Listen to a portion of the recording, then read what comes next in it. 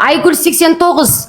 Мен 7000 километр жерде отырып, мынандай Каспий номерлерді қойып, мына Күлзахираның номері не үшін деп атсыздар ғой. Саяси белсенділерге қаржылай көмек жинап жатырмыз. Себебі саяси белсенділер сіздердің сөздеріңізді сөйлеп, түрмеге түсіп жатыр, штраф алып жатыр, балаларына қысым көрсетіп жатыр, мемлекеттік жұмысқа алмай жатыр. Сондықтан бізге қазір 70 саяси белсенді жатыр түрмеде. Одан бөлек қаншауымыз отбасылық қысым көріп жатырмыз. Соларға қаржылай көмек жасау үшін мен үнемі эфирімда саяси белсенділерге қаржы жинаймын, сбор жинаймын. Түсініңдер ма? Рыспала секілді алаяққа бергенше, сенің балаңның болашағы үшін басын тәуекелге тігіп, мына қылмыскер жүйенің қылмысымен сотталып, отталып, қаңғып кеткен қоғам белсенділеріне жинаңдар. Түсініңдер ма? Оларға қазақ ақысын беруге міндеттісіңдер каждыйың. Сендердің балаларыңның болашағы үшін күресіп, Марат Жыланбаев жатыр. Не өлі, не тірі екенін білмейсіңдер. Думан Мұхаммедкәрім кеше бір апта бұрын асқазаннан операция болды. Оны білмейсіңдер. Ана Аманбике деген бар. Дулат Ағаділ марқұмның артынан өлген. Оның 3 жетімегі бар. Оның қыркүйекте оның балаларын кім киіндіреді? Қария анасының қолында қалды. Тас жетім болды олар. Оның әкесі де өліп кеткен. Біле білсеңдер, сендердің сөздеріңді сөйлеп талай тағдырлар тәлкекке салынды. Мен соларға саяси эфирімда отырып, сбор ашамын. Мен әр кезде әртүрлі номер қоямын. Себебі тиесілі адамдардың номерін қоямын. Мысал үшін жаңағы Айдос ағаныңкін қойдым, Думанның әкесініңкін, Марат Жыланбаевтың Алға Қазақстаныңкін қоямын. Қандай саяси белсендіге кім барады, соған есеп шотын қойып, соған қаржы аударып отырамыз. Ибаршы жабыншы. Түсінікті ма? Менің эфирімда сосын видео үндеу жасаған кезімде қаржылай көмектеріңді беріп, қазақтың ақысын беріп отырыңдар. Мына елде сендердің сөздеріңді сөйлейтін, жандары ашитын осы саяси белсенділерменен түрмедегі жатқан саясаткерлер, оппозиционерлер сендерді қанап, сендерге зұлымдық жасап отырған мына зұлым Назарбаев пен Тоқаевтың жүйесімен күресіп жүргендер. Так что садақаларыңды, қазақ ақысын беріп отырыңдар. Телефонның аршетінде үйде отырып жақсы өмірді армандап, бөжілдеп кредиттен шаршадық, басымызда баспана жоқ, бастарындағы баспанаға Тоқаев міндетті. Ана ата заңымыздың конституциясының 1-ші бабында тұр, мемлекеттің ең қымбат қазынасы адам және адамның өмірі деген. Түсіндер ма? Өмірлерің дұрыс емес па? Кедейшілікте, құлшылықта өмір сүріп атсыңдар ма? Тоқаевтан барып сұраңдар.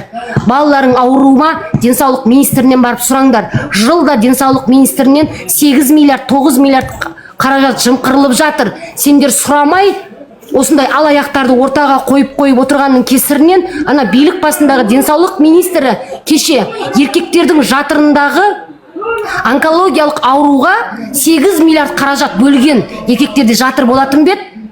Айтыңдар. Үнсіз отырып, баламыздың болашағының бәрін жегізіп отырсыңдар ұры қарыларға. Ал бірақ сендердің сөздеріңді сөйлеп басын бәйгеге тіккен саяси белсенділердің не өлі, не тірі екенін білмейсіңдер. Хотя бы Құдайдан қорқыңдар.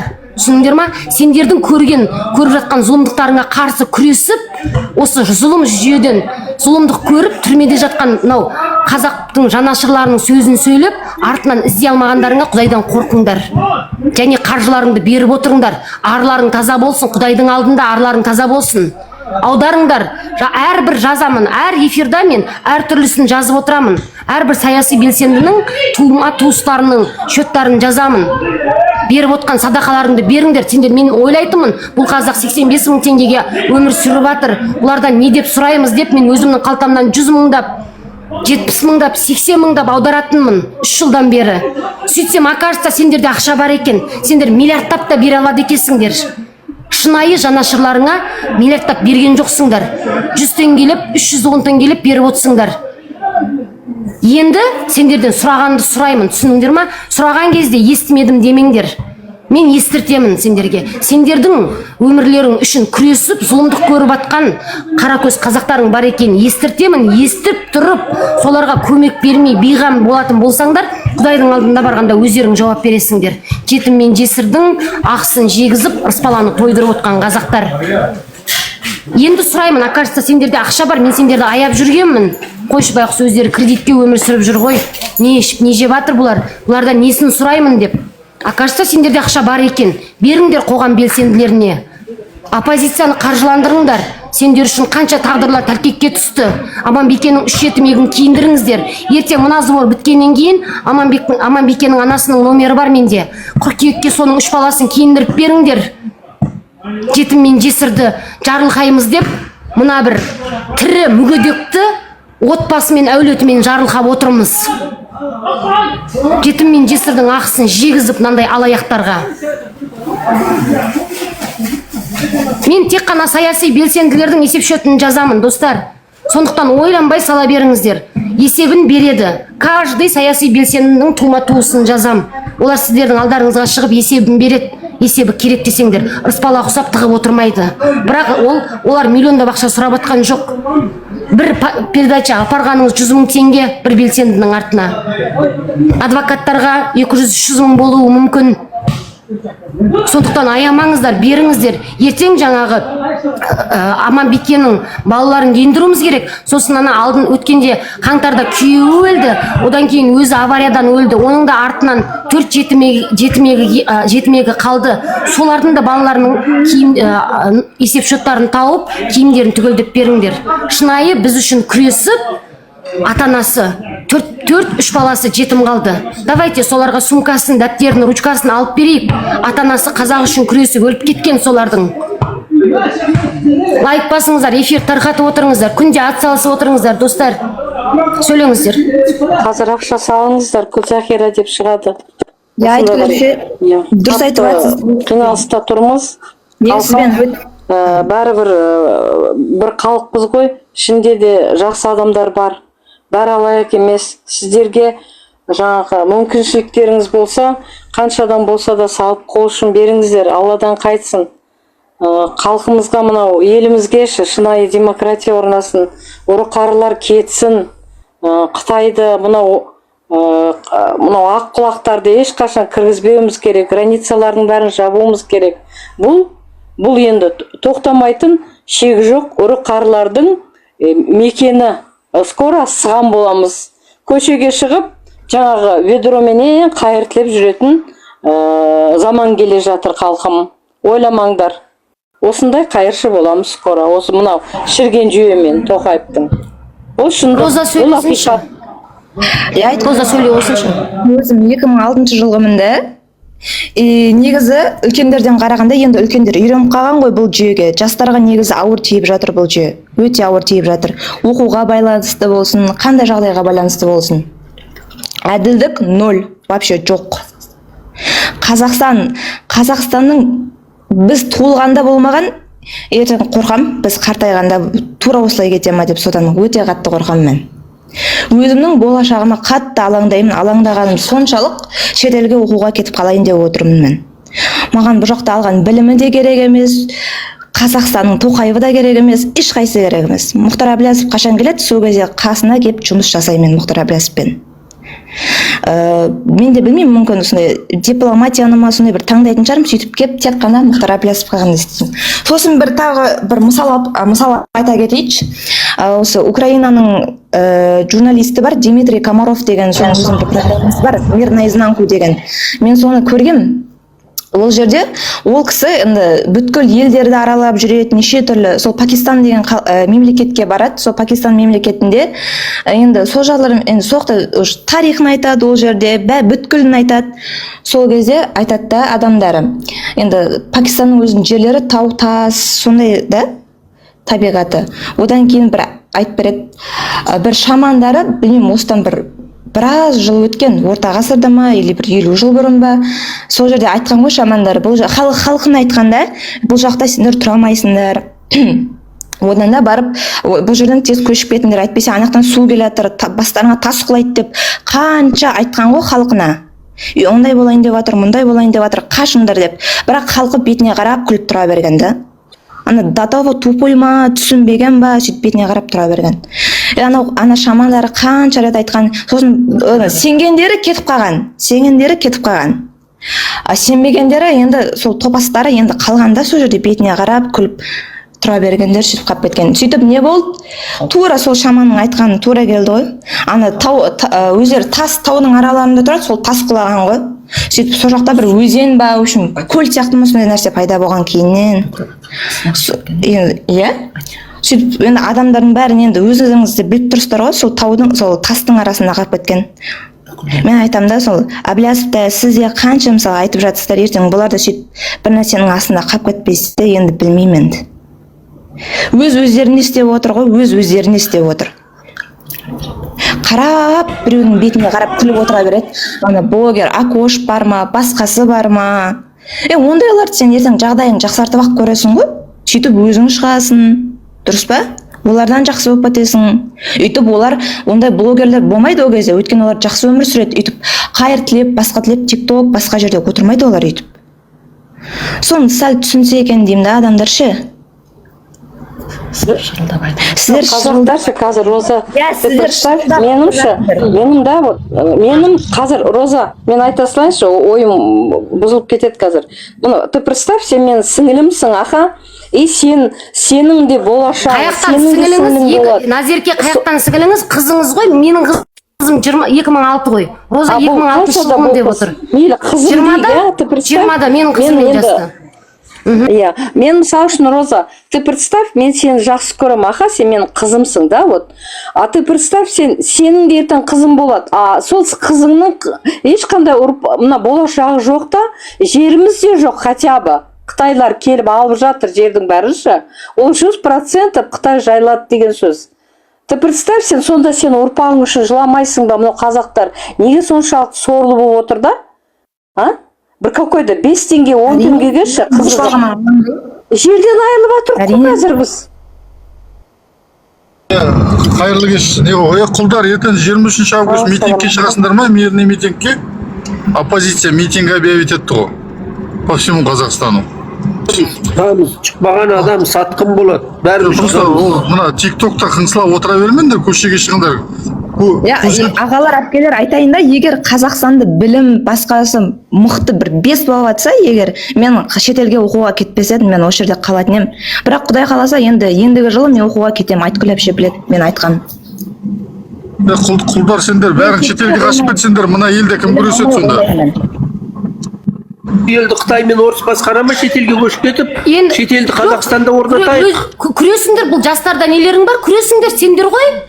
Беріп қойып отырған билікті, осы жастардың болашағын ұрлатқан, мына 20 жасар қыздың болашағын ұрлатқан, мына сендерсіңдер, ауыздарың, тістерің сарғайып отырған орта аға буындылар, өздерің күресіңдер енді, баланың болашағын жасаңдар. Біз кінәліміз.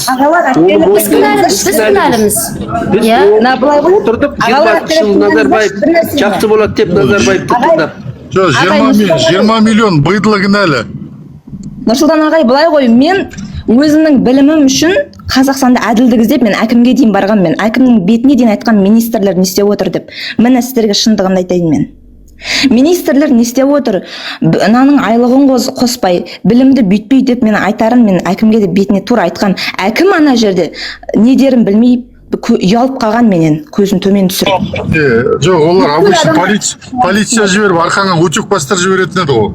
Ондай емес, ондай үйте алмайды, не үшін өйтеді ол? Мен жасмын ғой. Не үшін маған үтік бастырады? Кім еді ол маған үтік бастыратын? Мен сонда өзім қаңтарда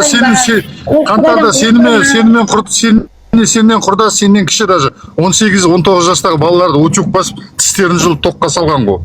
Жоқ, мен тек бір Алладан Құдайды қыстырмаңдар бұл жерге, ешқандай Құдайдың қарғысы да болмайды. Мына 20 миллион быдлының да қарғысы өтпейді ол Назарбаевқа да, Тоқаевқа да. Если қарғысы өтетін болса, Назарбаев давно трайып жататын еді, бүткіл семьясымен қырылып қалатын еді. Өтпейді. Наоборот, олар қарғысы қана борсық деген мақұлық сияқты, жануар сияқты семіретіні. Я, бопты аға, мен тек бір Құдайдан ғана қорқамын мен. Ана, сайлаудан кейін де Әміржан Қосановтың бүкіл халық қарғап, плакаттарына дейін өртеді ғой, қың кеткен жоқ. Тақшы сүйінші, Әміржан Аманат Әділет партиясына кандидат болып кіріп жатыр екен, не кандидат, депутат Жақсы болды, член болып кіріп жатыр екен. Алданып қалмаңдар тағы да бұл жолы. Жоқ, ол сайлауға түспейді. Жоқ, просто член болып кіріп жатыр екен. Член болып жатыр. бір айтып жіберетін жай, интернеттен, TikToктан көріп қалдым да, әне ор Ақтөбе облысы Мұғажар ауданында бір байдың жылқысын баққан біреу, жылқысын ұрлаған ба, короче, сотқа берген ба, жаңағы соттаған ба, бірдеме қылған, жаңағы жылқысын 30 жыл жылқы баққан адамды. Сол енді сот шешім шығарып жаңағы жылқышыны таза деп неткен, ақтап шығарған. Енді соған мына блогерлер, Тамады, Сабыржанға дейін бән асаба. Бір жылқыдан беріп жаңағын нетіп жатыр да, былай қарағанда. Таза тупас. Отвлекающая тема ғой? Иә, сол тема. Сол жаңағы есібастар, Марат Сыламбаев, Думанов, Мұхаммед Кәрімбей, ол жылқының бір жілігі тұратын ақшаны атпайды ғой, бермейді ғой мысалға. Қайда не істеу керек екенін біледі да, оларша өздерін көрсетіп. Елдос Сметов деген пидорас бар ғой, борец па, чемпион ба, Елдос. Сол Далбаев біреу 100 жылқысын атаған жағы. Алтын ұтып келгенде. Ол Далбаев Тоқаевты рекламировать етіп, қасында шестерка болып жүр. Ана бір үйінде қошқарына дейін берді апарып, батыр жесін деп. Мына маңқа қазақтардың любимый Головкин дегені бар ғой, дебил тоже, ватник. Кеше ол Ресейдің боксерларының бәрін федерациядан, международный бокстың федерациясынан снимать етіп шыған ғой, бәрін санкцияның кесірінен. Солардың бәрін санкциядан шығарып, Головкин қазір сол федерацияның несі ғой, президенті ғой. Со Россияның нелерін, короче, неге шығарып жатыр қайтадан аренаға. Получается, как ватниктің несі өзіне бұрып тұр, қалай болғанда. Шошқаны қалай кормить етсен де, орманға қарап ұлиды деген сөзге келіп тұр да бұл жерде. Дұрыс. Бүткіл әлем Россияны изолировать еткісі келіп жатса, Тоқаев сияқты, Головкин сияқты дебилдер, наоборот, көмектесіп жатыр да. Сол орыстар толық контроль ұстап отыр ғой, біздің бүкіл қай сфера болмасын, солар ұстап отыр екен, орыстар. Международный сотқа беру керек. Головкиннің қазақстандық несін алып, паспортын алып тастау керек. Қазақстанның азаматы деген паспортын алып сотқа беру керек. Головкин Американың азаматы, Қазақстанның азаматтығынан шығып кетті ол. Гражданин США қазір, данный момент. Бізде Олимпийский комитеттің председателі ғой, гражданин США. Қазақстанда ол безвизовый жүре береді ғой, гражданин США болғасын. Ғалымжанға айту керек, онда Ғалымжанмен барлық Меңдіғазиевқа айтып, оны санкция салдыру керек, сол Америкадан.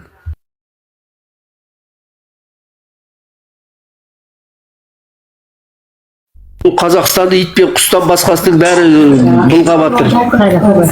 Лайк басамыз, достар, эфирді тарқатамыз, эфир тарқатпай осындар, лайк баспай осындар, сыйлық атыңдар, цельді орындаңдар, эфирді көтеріңдер. Достар, кеше 2000 болып едіңдер, Нарыспаланың дамбалының ішіндегі қатындар кеп жауапты тастап, қайтадан түнеге темный банғама бөлеге тықып тастады деймін. Лайк басыңдар. Жаңа бір еркекте жақсы емес, сол басып кетті, по-моему. Баймен ба, барман ба, нау? Делдал. Тағы да бір нәрсе айтып кетсем бола ма екен? Осыдан 40 жыл бұрын Ердоған бар ғой, Турция президенті. Сол енді билікке жаңадан келген кезде өзінің халқын көру үшін сыртқа шығып, енді простой адамның киім киіп шығып көрмей ма, енді базарына барып, базарын аралап. Сол кезде халықтың ана жерде өзінің халқының надан екенін көргенде, сосын кейін айтқан ғой, барлығын оқытайық деп. Бәрі оқысын деп айтқан ғой. Университеттер ашып, бүткілін оқытқан. Оқыңдар деп. Тым болмаса, білім алып, көздерің ашық болсын деп. Енді айтқым келгені, соны енді Назарбаев ше, Назарбаевта тура солай енді көрген шығар, енді қазақтардың осындай. Енді қалай айтсам болады, енді қазақ десең өзің етеді, енді надандықтарын көріп, қой, одан да бұларға білім ашып, бұлардың айлықтарын көбейткенше, одан да өзім жей берейін деді ау.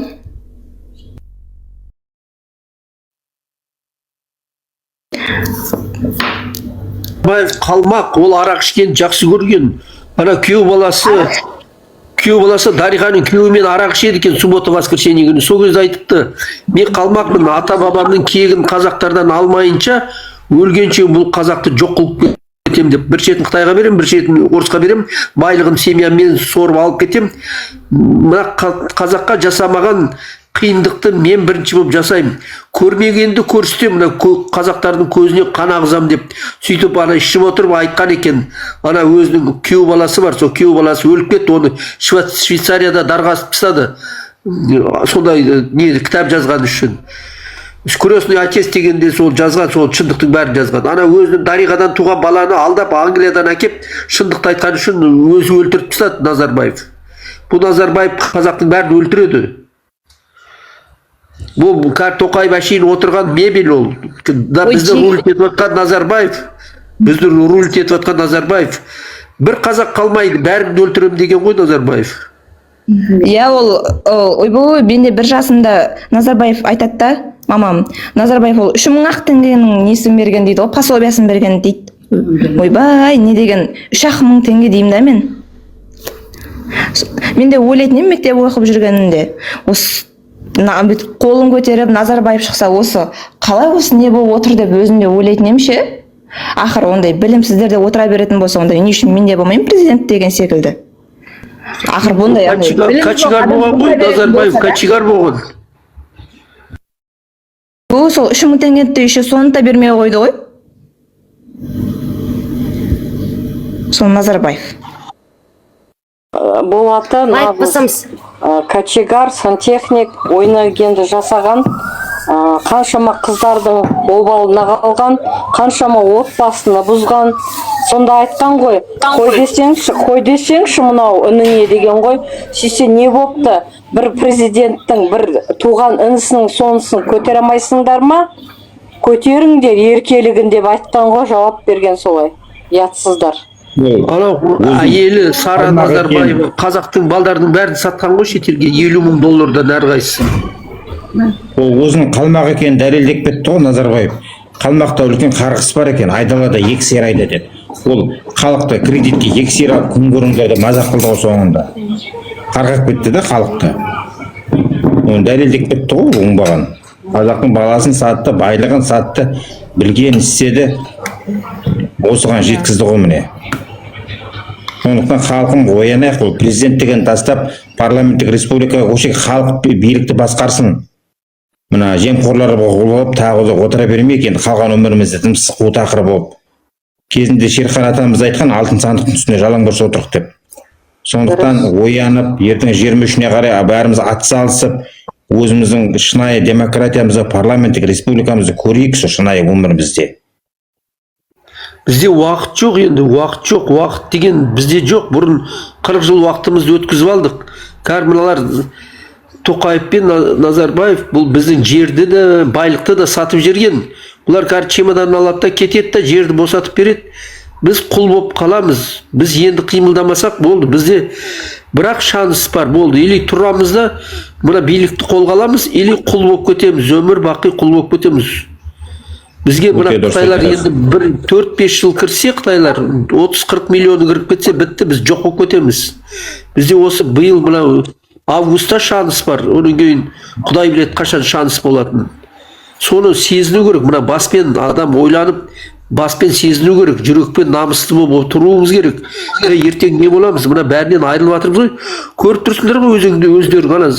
Алматыда, Сайранда 100 автобус тұр Қытайдан. 100 автобус бір барып келгенде қаншасын алып келеді? Самолетпен қаншасы кіріп жатыр? Жеңіл машинамен қаншасы кіріп жатыр? Есепсіз кіріп жатыр. Жоқ болып кетеміз, жұтып кетеді бұлар. Кезінде Назарбаев айтты ғой, 55 завод Қытайдан кіреді деп. Сол кіріп жатыр ғой, әр заводтың айналасында бәленбай миллион Қытайдан кіреді да. Сол енді шамалы жылда. Ойбай заман, сіз 55 завод дейсіз. Өткенде бір Қытай айтты ғой, менде уже 34 жылдан бері 54 заводым бар деп. Бір Қытай қазақшаға судай бір шал. Уже 300 завод кірміз қойды. 300 завод кіріп қойды қазір, иә.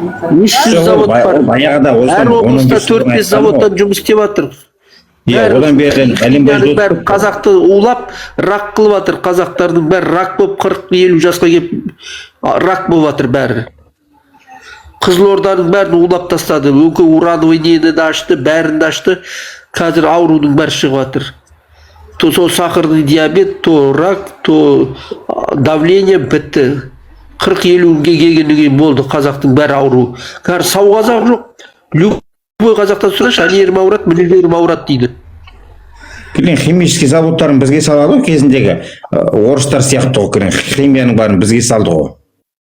Қазір енді Жамбыл облысының өзінде Химпром үлкен завод соғып, Қаратауда, Жаңатаста, Таразда, Суперный, НДФЗ барлығы улап атыр. Только онкологиямен ауырат, әйелдер сахармен ауырат, и маткаларында тек қана миома өсет. Нандай болып тұрыпшы. Түсіндіңіздер ме?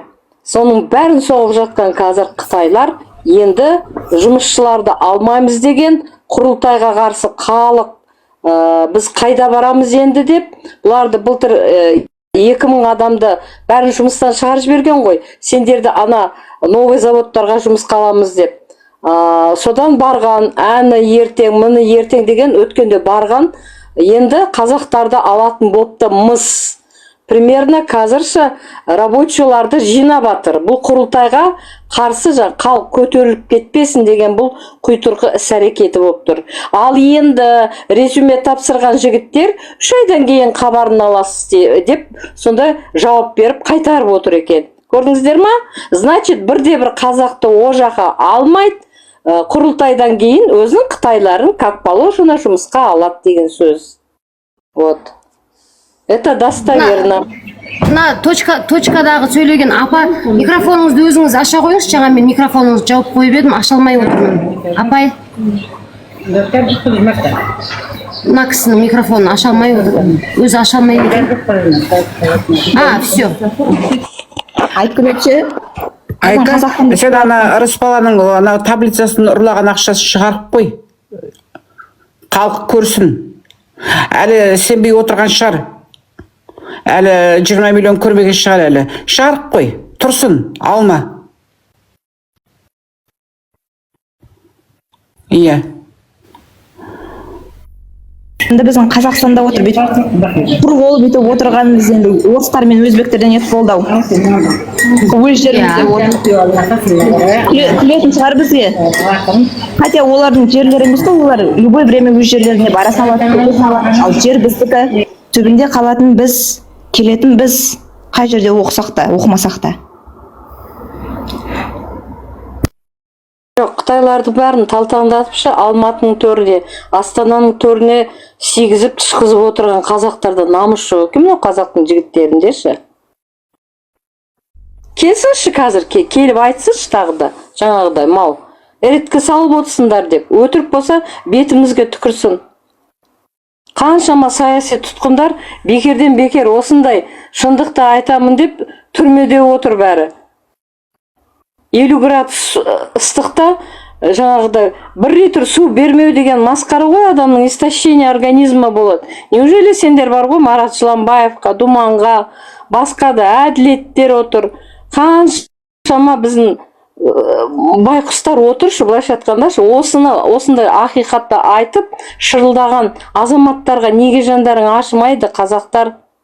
Айтыңдаршы, олар ештеңке деген жоқ. Олар Қазақстанға соғыс ашамыз деген жоқ. Тек қана осыны айтты сендердің. Мұна зарылдаған, мұна дағдарыстан қалай шығарамыз, қалай ел боламыз, қалай демократия орнайды деп шырылдап бекерге отыр. Сендер түсіңдерші халқым. Мен сендер жек көрмеймін. Ана қызылордалық Діліш Қылыштар қамауда тұр ғой, Сындырып тастапты деп жатыр оның да байқұстың. Осы мұны айтқаны, халық үшін сөйлеп отыр ғой, халық үшін, сендер үшінші. Сендердің болашақ ұрпақтарының жері, хотя бы жерлеріңе ие болып қалыңдаршы деп та, осыны айтып жатыр ғой, басқа ештеңке деп жатқан жоқ.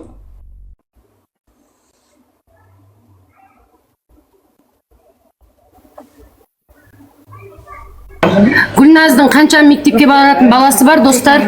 Қызылордалық Гүлназ Белсендінің балаларына да ертең қыркүйекке, бірінші Аманбикенің балаларына, сосын Гүлназдың балаларына мектепке киімге қаражат жинаймыз. Мен мынаны бітіріп алайын, хорошо?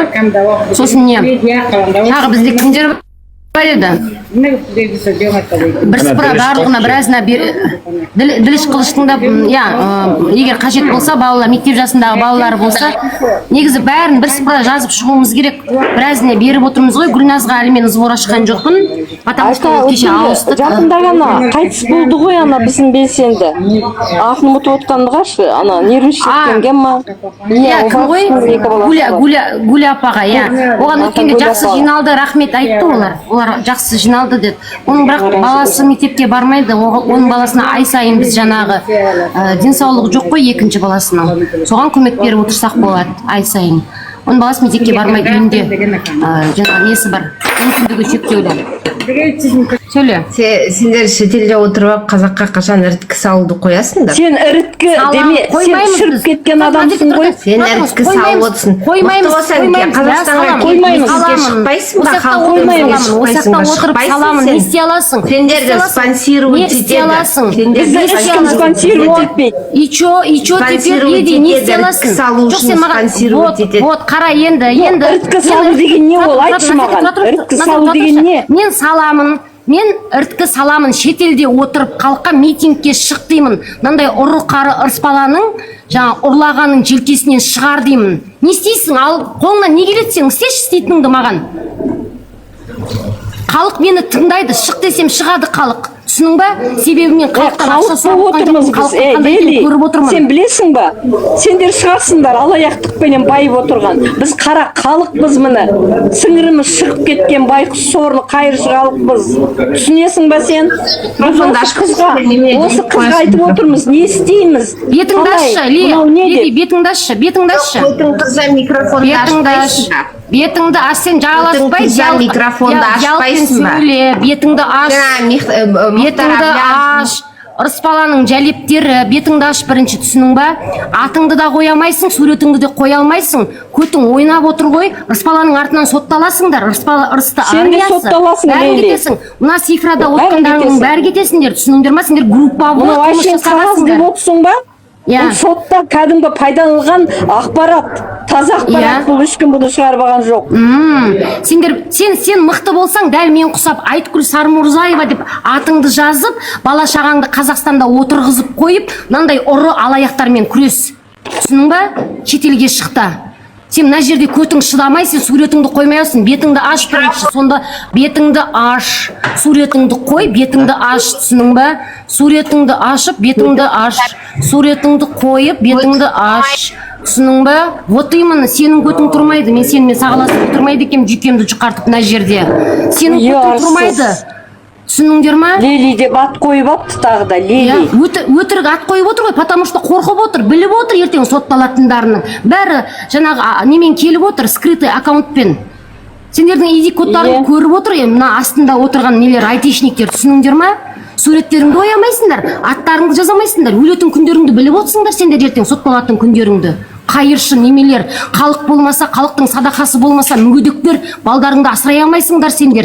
Қолдарыңнан көгененің көтін түрту келмейді. Адал еңбекпен көше сыпырып та бала асырай алмайсыңдар сендер. Қайыршылар өңшең, халықтың қалтасынан үй жаңағы байып бала баққан мүгедектер. Сендер білесіңдер ма? Сендер тірі мүгедексіңдер. Хотя бы бар бана жерге 85 мың теңгеге мына қарапайым халық құсап, сендерге садақа беріп отқан қарапайым халық құсап, адал еңбек жасай алмаған мүгедексіңдер сендер. Хайуандар. Дені дұрыс адам, дені сау адам 85 мың теңге болса да адал еңбекпен баланы асырайды. Ал сендер мүгедектер, халықтың қалтасындағы садақа болмасана, тоқпырлатып туған балаларыңды асырай алмайсыңдар. Таба қылмайын, бірақ халықтың ақысын жеген адамдар жауап беріп атсыңдар. Баламен де жауап беріп атсыңдар, тағдырмен де жауап бересіңдер ертең. Түсініңдер ма? Халықтың ақысына, қалтасына кірдіңдер ғой, ақысын жеген қоқыс шығады дейді, естеріңде болсын. 1 грамм. Менің ақым саған өтпейді. Ей, Лели, түсінің ба? Құдай бар ғой, екі аяғыңдышы, екі жаққа асып тастаған кезде, сонда көресің. Менің ақымды жедіңдер сендер. Мені алдадыңдар. Беріңдер үйлеріңді, берем деген. Аманатқа қиянат жасағандар, көрелісіңді көрмей көрге кетпейсіңдер. Не деген? Вот неге қарғыс қылмайсыңдар? Қараңыздар. Мына қазақ бір минут сабыр сақтап, бір-бірімізді күтейік, осы жігіттер, қыздар. Не болады мына жерде? Қыздар. Тыңдап келдің ба? Бармын. Тыңдап келдің ба? Мен естім Алтай көшедегі лақылатып жүрген заңгермін, не болып жатыр? мына жерде Рысбала Икрамбайдың ұрлығын көріп отырмыз. Бізден сбор жинап бір айда 211 миллион теңге ақша жинаған. Bir ayda 23 жылы январда 197 миллион, февральда 211 миллион, мартта 147 миллион, апрельде 209 миллион, 4 жылда 9 миллиард 600 миллион теңге бір есеп шотында қаржы жиналған. Айландырған бергені 98 үй, оның 50-60-ы тума-туысыныңкі. Бояуыма бірден сатқан жоқ па? 5 теңгелік кушонды сату үшінде осы халықтың қалтасынан жинаған садақаны первоначальный бизнес бастаған үшінде осыны садақадан кейін бастады, сборды жапқаннан кейін. Бір 6 ай Қытайдың 500 теңгелік несінен осыншалықты байлық түседі ма оған? Кушоннан 5 ай, 6 ай сатты болды. 5-6 ай кушон сатты, бір-екі көлік сатып ат. Өмір бақи саудадағы жүрген айналайындар, алтын сатып жүрген қатындардың шотында бұндай ақша жоқ, біле білсеңдерші. Бәрің бизнеспен айналысып жүрсіңдер ғой? Бұл халықтың ақшасы. Қайтарсын бәрін, бірақ сотталады, қайтарады. Кешірім сұраймын менікі, бірден айтсам тағы шығар жібер, тағы бірден айтсам тағы өшеттейсіңдер менің, тағы бірдің атынан сөйлеп отыр. Сен Рысбаланың адвокаты болып келіп отырсың ба, бармын? Жоқ, Назерке сұрайықшы, сұрайық, тоқтаңыз, тыңдайық. Көше деп жазсаң, көше блогер деп жазсаң, мен шығамын, просто мен бандамын. Жоқ, айта беріңіз. Мен бұл жерде біреуді кінәлау үшін, мен тағы бір нәрсе жасау үшін, бір ірткі салу үшін келіп отқан жоқпын. Мен жерде қаншама адам білет. Бәріміз де халықтың алдында жүріп қой, даусым естіліп жатыр ма мені? Естіліп жатыр. Ешкіммен ақшасын санауға келіп отқан жоқпын. Бұл біреудің ақшасы емес, Барун, бұл біреудің ақшасы емес, бұл халықтың ақшасы. Дұрыс па?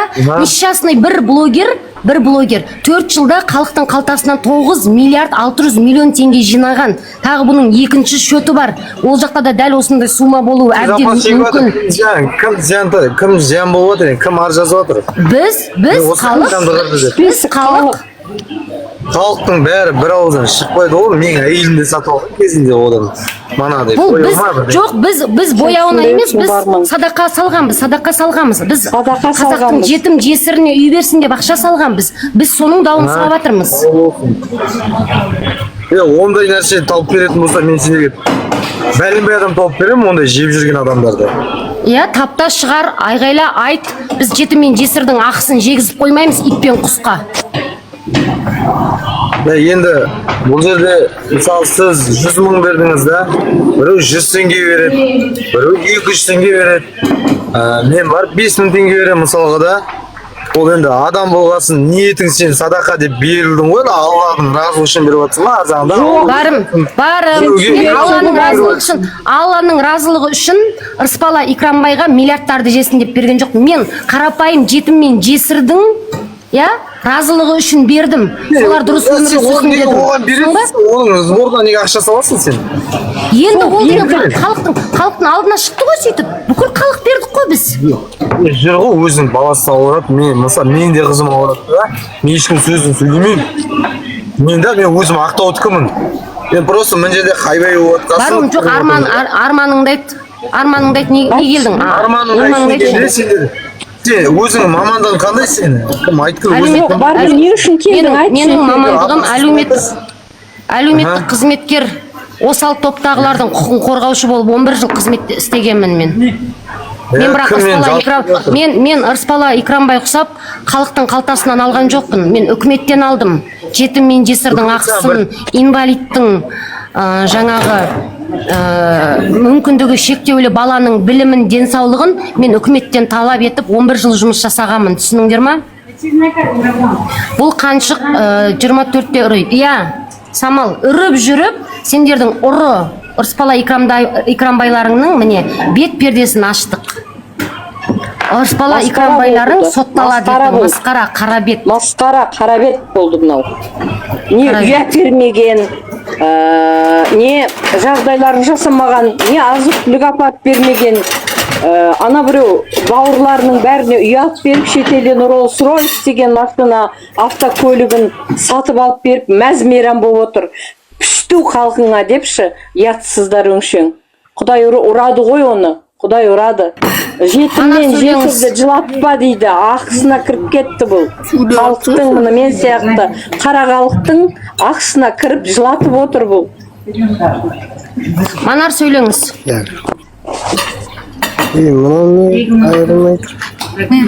Саламатсыз ба, ағай сөйлеңіз. Так сөйлемесеңіз де шығыңыздаршы.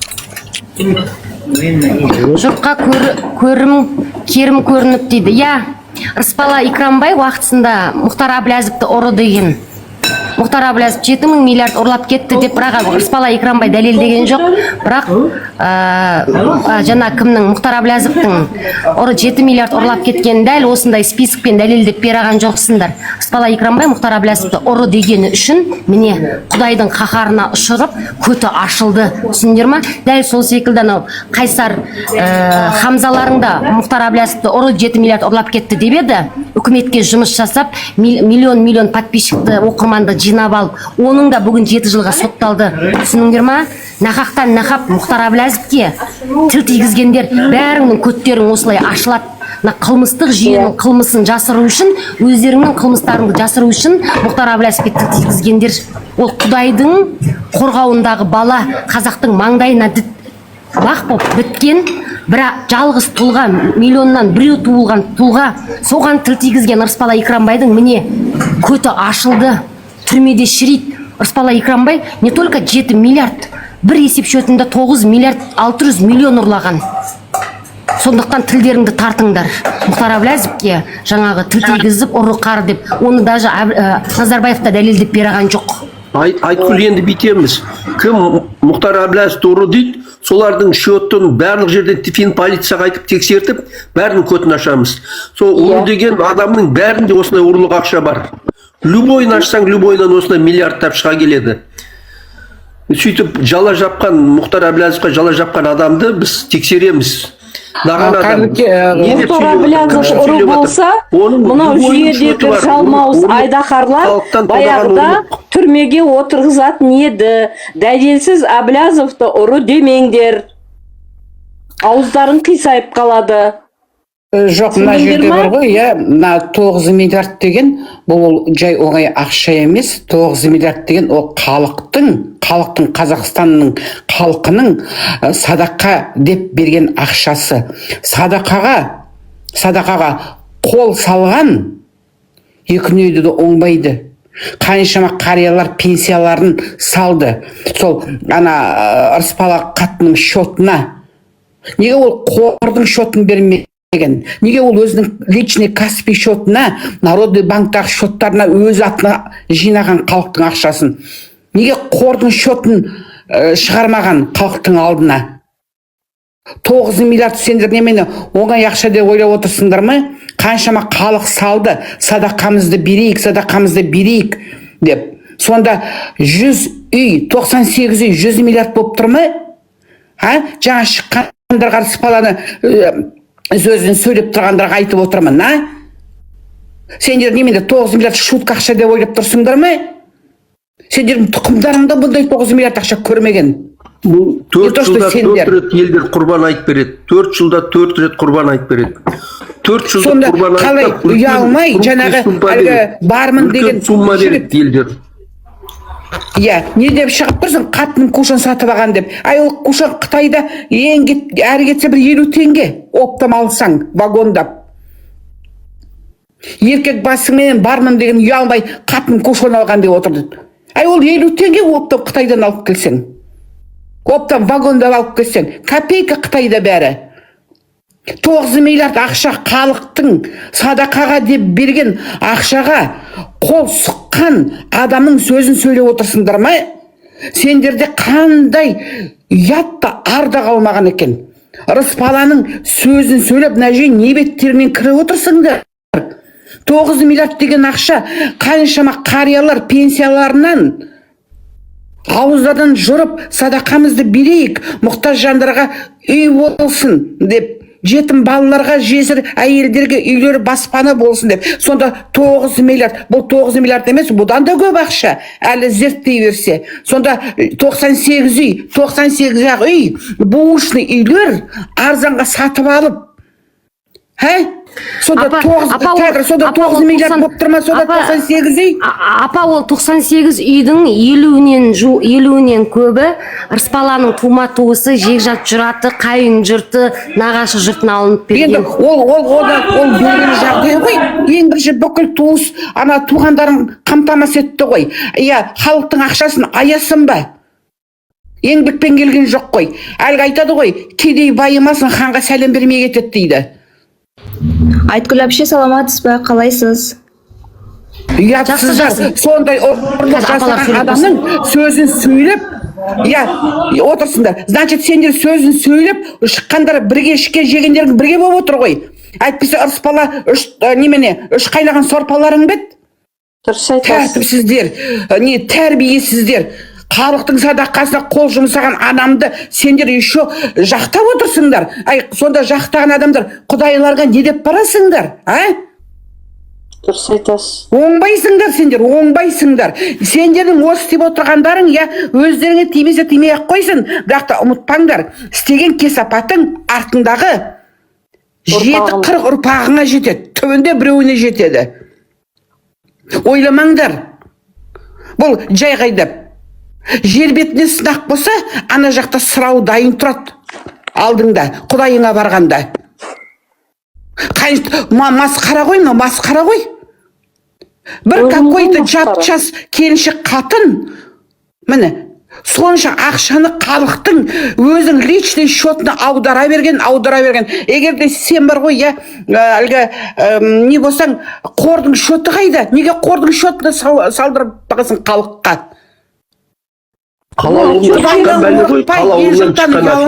Мұнда келіп, ұрлық жасаған адамның сөзін сөйлейсіңдер ме? Жазаларың Құдайдан дайын болады. Ойламаңдар. Сәлематсыз ба, Жаңа өмір? Дұрыс айтып жатсыздар.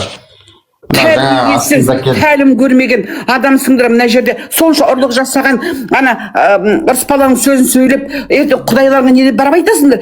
Біз, значит, сендердің бірге ұрлық жегендерің бар ғой, мына жерге шығып сөзін сөйлегендер. Әйтпесе Рысбала сендерге қалаулым деген жерден ұрлыққа дайындалып шығады екен. Қалаулым аферист қылып шығарады екен осыларды. Аллах тағала адамның ақысын бұл дүниеде де, о дүниеде де жібермейді. Жоқ, тұра тұрыңыздар, мынау масқара ғой, мынау масқара дүние ғой, масқара. Енді бар ғой, біз рас кешеден бері шоқтың шогындамыз, садақаға деп жиналған ақша, мұқтаж отбасыларына, жетім мен жесірге жинаған ақша садақа деген қол сұққан, бұл масқара ғой, бұдан артық масқара жоқ. Жетім мен жесірді айтып жіберсек бола ма? Айтыңыз. Жаңа Айткүлге зіркілдейді да, мықты болсаң елге келіп айт, анықтау кісамы дейді, елде жүріп айтқан Марат Шламбаев, Думан Мұхаммедкәрінің өлтірсін білмейміз ғой, жаңағылар зіркілдегіштер мықты болса солар неге іздемейді, елде отырып айтқан қамалып, қай өлтірсін білмей отырып қой, қаншама өзіміздің батырларымыздың. Дулат Ағайылды өлтіріп жатыр, елде Арон Атабекті өлтірді, қаншама белсенділер қуғын сүргінде жатыр. Соның бәрі ескермейді. Дулат Ағаділді өлтірді, Думан отырады. Аласын отырып тастады. Елу градус суда су бермей оңбағандар. Бұның мұқтамайды, келіп алады да Айткүлге зіркілдейді да, елге келіп айт деп. Елдегі адамдар айтты, соның қасына неге таба алмайсыңдар? Қазір 1 минут, Жаңа өмір, сөйлеп жіберейінші 1 минут. Если 23 августта митингқа шығып, халықпен бірге болып, міне, халықпен біргеміз деп видеоға түсіріп, ертең победный митингта бірге халықпен болсаңдар, сонда кешірілесіңдер и сотталмайсыңдар. Соны ойланыңдар. Бір возможность бар сендерде сондай. Халықпен бірге болу. Сол, енді бізде мына Қазақстанды бәрін көріп атсыңдар ғой. Тонаватыр, ұрлаватыр, мына бір блогердің өзі 9 миллиард деген сұмдық, мына Әблязовты 7 миллион ұрлады дейді. Бұл Әблязовтан да асып кеткен. Бұндай блогердің 850 блогер бар екен. Бұл 850 блогер Қазақстанның жартысын тонап кеткен ғой, бұлай есептесеңіз. Әрқайсысы 10 миллиардтан ұрлағанда масқара ғой бұл. Депутаттарды айтпағанның өзінде. Сонда қанша масқара ақша, сонда халықтың. Действительно Қазақстан бай екенбіз ғой біз. Біз білмейтін ақшаның бәрі жердің астында екен ғой, мыналар бәрі тығып ұрлап. Масқара ақша ғой, мынау масқара ақша ғой. Біз 85 мың айлығымызды алып, үйто кешіктіріп, бір ай өткізіп зорға береді, бюджетте ақша жоқ деп. Ақшаның бәрі мыналарда екен ғой. Халық өстіп отыра береміз бе, жегізіп қойып, бәрібір осындай аферист шулерларға. Бибарсаға бұл блогерлердің сбордың бәрі, садақаның бәрі халықтың айлығынан жиналып атқан ақша ғой, қалтасындағы ақша. Жер үсті байлығымыздан қанша теңге береміз кетіп жатыр. Я в шоке. Бір Рысбаланың өзі жаңағы 4 жылдың өзінде пәленбай миллиардты ұрлап, бұл бір шөтінің өзінен 9 миллиард шығып тұр. Бұда 2 шөт болған. Бұл жай 15-20 миллиардты ұрлаған. Жай халықтың қалтасынан жинаған сбордан. Ал ана шенеуліктер қанша ақшамызды ұрлап жатыр, мен түсініп жатқан жоқпын. Осы сол 20 миллиардты халық Әблязовқа бергенде баяғыда жеңетін еді. Әблязовтың айтқаны 60 миллион евро. 60 миллион евроны бір айда жинайды екен ғой, мына өстіп беретін болса. Ячейка ашыңдар, қосылыңдар, халық бірігіңдер. Бәріміз бірігіп мына ұры-биліктен құтылайық, осындай мына жегіш блогерлардан құтылайық. Үй алып берем, анау-мынау деп халыққа бір үй алып берсе, өзіне 10 үй алған, соншама ақшаны тонап кеткен. Біргейік, обязательно шығайық, мына 23 августта біреуіміз қалмай шығайық, бір 2 миллион қазақ шықсақ, Қазақстанды дұрыстаймыз. 2 жылда Европаның уровеніне келеміз. Айлығымыз 1,5 миллион, 2 миллион болады. Қорқатын түгі жоқ, неден қорқамыз? Қорқпаңдар, өз жерімізде, өз елімізде мәңгүрт болып кетеміз. Ана орыстар, Қостанайда орыстар Қазақстанға бізге ұрысып жатыр. Қазақша сөйлесең, орысша сөйле деп. Ана Павлодарда бір қандасымызға ана орыстар соттап, мәшинесіне дедектетіп мінгізіп, мына орыстар қожайын құсап жүр Қазақстанда. Масқара болып жатырмыз. Енді елімізге ие болмасақ, біз ертең күні мына жақтан Қытайда қаптап жатыр, үндемей, түндемей, завод соғамыз, анау соғамыз, мынау соғамыз деп. Ол соққан заводына біз жұмыс істемейміз. Ол өздері ана жақтан алып келеді адамдарын. Сол өздерінің адамдары жұмыс істейді. Так что заводтарына сенбеңдер. Өзіміз қолға алып мына билікті, заводты да бәрін өзіміз соққан кезде ол біздіке болады. Амына бөтен Қытай соққан завод, ол ешқашан Қазақстанның заводы болмайды. Ол Қытайға жұмыс істейді. Рабочийлар Қытайдан келеді. Құрдымға кетіп баратырмыз, қазақтар, ойланыңдар. Ойланып, диванда жататын уақыт жоқ қазір енді. Мына 23-де тұрып бәріміз барайық. Мына билікті қолға алу керек. Ана Әділет деген партияның өзде аферист партия болып шықты ғой. Аманаттың мүліктерін бәрін тонап алып, енді акиматтарға 300 миллионнан саватыр, райондарға 100 миллионнан саватыр. Не деген ақша бұл? Не деген рекетер болып кеткен? Заңды рекет болып кеткен ғой Қазақстан. Не деген сұмдық, мына бардакты тоқтату керек қой. Не деген масқара, мына елдің егесі бар ма, жоқ па? Сөйлеңіз, өзір, сөйлейсіз ба? Юзер сөйле, юзер, тыңдап тұрмыз. Юзер. Так, гош тастағаннан кейін, кіргеннен кейін сөйлеңдер. Ұзақ мен сендерді ұстамаймын, себебі Рысбаланың ұрлықсынан қорқып эфирға жауап тастауларың мүмкін. Астында тіркелмесеңдер қабылдамаймын, достар, тіркеліңдер. Тіркелген кісілерді ғана қабылдаймын, достар. Лайк басып отырыңыздар. Елімізде керемет бір тазарту жұмыстар болып жатыр. Кішігірім блогерден бастап, мына ұры-қары жүйенің барлығын тазалауымыз керек. Көріп отырсыңдар ғой, итпен құсқа жем болған екенбіз неше жылдан бері. Итпен құсқа жем болыпты, мына қазақтың болашағы.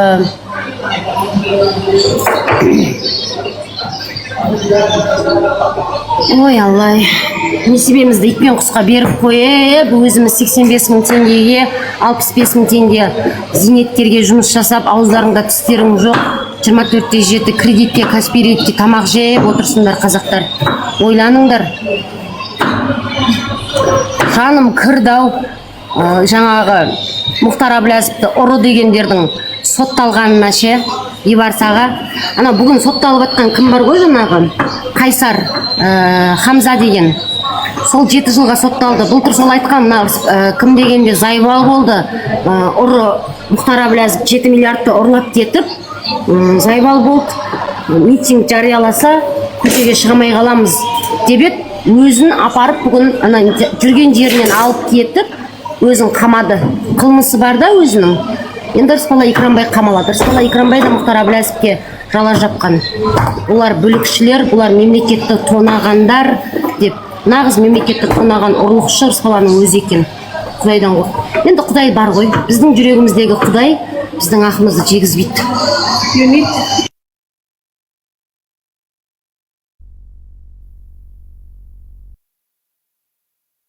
Сондықтан достар, 23 тамыз күні мирный митингке шығып, мына ұры қары жаңағы биліктегілердің бәрін құртып, саяси белсенділерге бостандықты талап етіңіздер.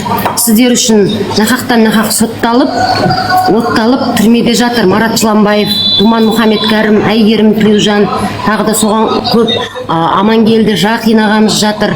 Әділдікті айтып, саяси демократиялық партия құрам, Алға Қазақстан партиясының құрамын деп, сол кісілердің бәрі түрмеде жатыр, солардың бәрін шығаруымыз керек. Солар осы ұры қарыға жаңағы қарсы тұрамыз деп сотталды, елдің мүддесіне күресем деп. Так, тіркелмейсіңдер ма? Бәрін кетіңдер. Кірмейсіңдер, тіркелмейсіңдер.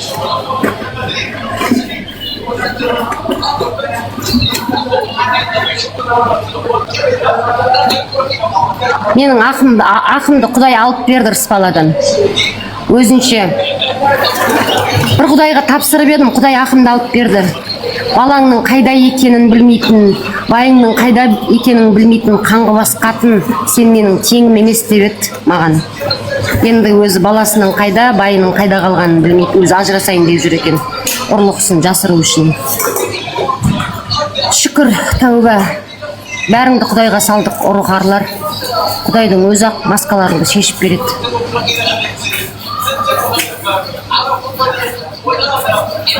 Так, ор сөйлеңіз.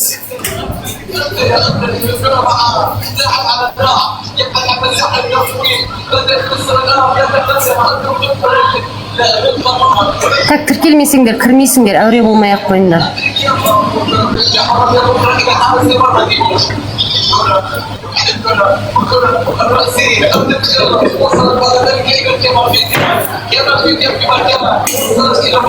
Нията, тіркелмесең кірмейсің, әуре болма. Бұл менің эфирім, менің эфиримді менің заңыма бағынасың. Хотите, не хотите. Заңға бағынбайсыңдар ма, көзіме көрінбей жоғалыңдар. Так, ұл бала тіркелген екен, ұл баланы қосайық. Кел, ұл бала. Астындағы тіркелмегендер кірмейсіңдер. Тіркелмейсіңдер, кірмейсіңдер. Бұл менің эфирім. Сіңдер ме?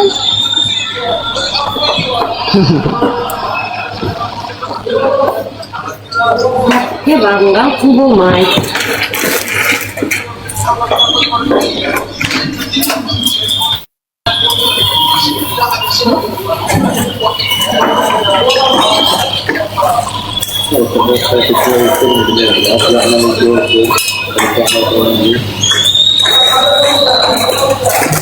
Не болды, әшенде аяқтыға жол, ауыздыға сөз бермейтін адамдар қаяқтасыңдар, неғып келмей қаласыңдар кешеден бері, что-то подозрительный болып жүр ғой мына кейбір адамдар. Келмейсіңдер. Қорқайын дедіңдер ма? Эфирға келуге? Так, Нията, мен саған айттым, тіркелмесең, кірмейсің. Тағы да гостьқа тастап, заявка тастасаң, тіркелмей. Мен сені боққа тығам. Түсінің бе? Бұл не графа? Бұл Рысбала Икрамбайдың халықтың қалтасынан ұрлаған қаражаттарының есебі. Тіркелген ғой, тіркелмеген ғой. тіркелмеген, подписаться деп тұр, маған тіркелмесең қабылдамаймын. Ренжіме. Мен көріп отырмын ғой. Жұрттың бәрін сендер әбден ұрыспалақ ұқсап халықты алдап үйреніп қалғанмын деп алдай бересіңдер ме не? Шілей енді лоғы емеспіз біз.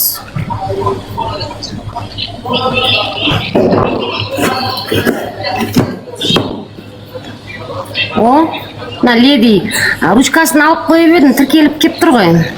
Қазір сөйлетіп алайық, болмаса сосын шығарамыз. Сөйле, леди. Жодам. Не болды, ручкаңды алып қойып ем, миыңа қан құйылып, екі мұрныңнан түтін шығып, неқа шықтың ба, айта бер. Екі күннен бері өліп атсың ғой, ұрыспаланың ұрлығын жабам деп. Жоқ, шетелде отырып алып Қазақстанға кісі алмасамдаршы, мықты болсын. Оттаймын, шетелде отырып алып ұрыспала. Шықпаймын, шетелде отырып алып ұрыспаланың көтін айырамыз, түсінің ба? Ұрлықтарыңды біртіндеп ашамыз. Жоғалып кет, ұрыспаланың дамбалының ішіндегі қатындар. Рахмет айтыңдар, әйтеуір 7000 километр жерде отырсақ та көздеріңді аштық. Шетелде, вот именно шетелде отырып аламыз. Сендер ғана КНБшниктердің, ұрыспаланың жаттатып қойған сендердің ғана нелерің ба, киімдерің ба? Шетелде отырғандар болмаса, сендер мына қазақты бұдан бәтір қанын сорып, тонай бересіңдер. Түсіндер ма? Елде отырғанның бәрін ұрыспала үймен үй барып, бұтын бұт, сирағын сирақ, кәрісіне де қараған жоқ, еркегіне де қараған жоқ, қатынына да қараған жоқ, жетімге де қараған жоқ, жесірге де қараған жоқ, жұлған жоқсыңдар ма, сығандар? 4 жылдық блоктарыңда көрдік қой, историяларыңда. Халықтың ақшасын алып алып, халыққа мінездеріңді көрсетіп, қария әжеге де тоқтаған жоқсыңдар, жетімге де тоқтаған жоқсыңдар, жесірге де тоқтаған жоқсыңдар. Бәріне жауап бересіңдер. Ана қанша қазақты жылаттыңдар сендер, үйіне барып, бала шағасын қоғамның алдында ұялтқан. Елге келмейді. Білеміз, елге келсек осындай қылмыскерлер, сендер мына халықтың қалтасынан тоналған ақшаменен бандиттерді қылмыстарды жасайсыңдар. Жаңа қатын бекер шығып кетті ғой, жақсылап тұр. Жоқ, Назерке мен ол айта беріңіз, оны мен әдейі түсіріп жібердім, оны жерге келіп неғып батыр ғой, көтіңді мынау қазақтың қатындары тыңдаңдар. 2022 жылдан бастап халықты 2022 жылы Тоқаев халықты қырып тастаған кезде, халық қан жылап, қан искеп отырған кезде, сендер осындай алаяқтыққа салынып, өзі құрып жатқан қазақты өстіп тонап, сендерге кім сендерге осындай рұқсат берді? Яттарың қайда, арсыздар, арсыз сайқал қатындар. Неге алдайсыңдар? Халықтың неге қалтасына кіріп тұрып осындай блогер боласыңдар сендер, ятсыз? Қаяқтан шыққан сендерді, қандай ана туған ятсыздар? Мұнау масқара ғой, бір күнде 10 адамға квартира алып беретін ақшаның құнын жеп өлдіңдер ма? Өмір бар да өлім бар. Қарабет қатындар енді келіп соның шашпауын көтерейін деп отырсың. Отырады шетелде. Сен сияқты сүмелек емес. Отырады вот. Білесің ба сен қаншама халық осы Айткүлге жазып жатқанын? Не істейміз? Қайыршымыз, үйсіз қалдық, жайсыз қалдық. Қарнымыз аш, қымбатшылық. Бала шағамызды қалай бағамыз? Қалай жұмысқа барамыз? Айлық деген аз. Не істейміз? Өстіп өлтіреміз ба балаларымыз деп. Қаншама халық зарлыдап жылап отыр Айткүлге. Айтпесе Айткүлге не? Бір іші пысып отыр деп отырсыңдар ма? Бүкіл халық, 15 миллион халық жазып көмек сұрап отыр. Ақымақ сайқал қатындар, 200-ді. Ятсыздар. Ятсыздар. Рысбалаң сотталады өліп кетсең де, өтің тұрмақ, көтің жарылып кетсе де. Алаяқтанбаңдар. Қаншама көп балалы аналарды қалай алдаған? Өңшең лачугаларды апарып, біз білмей отыр деп отырсыңдар ма? Бір әйелді, даже мына үйді, қисайып тұрған тамды, аварийный үйді берген ятсыздар. Ето ол бермеген, сандалтып. Өзін кінәлі қылған.